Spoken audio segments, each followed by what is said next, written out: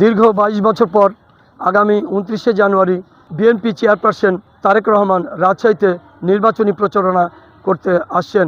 এ উপলক্ষে নেতাকর্মীদের মধ্যে উৎসাহ উদ্দীপনার পাশাপাশি উজ্জীবিত হওয়া লক্ষ্য করা যাচ্ছে।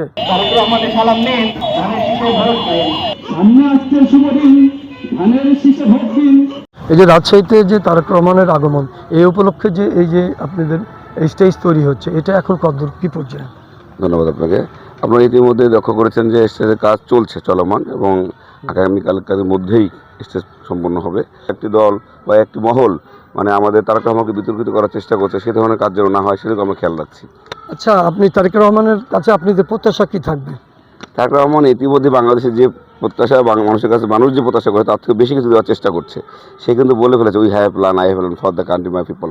তো সেই জায়গাতে আপনি চিন্তা করেন, কালকেই কিছুদিন আগে দেখবেন লিফলেট বিতরণ করছে, সেখানেও কিন্তু তার প্ল্যান।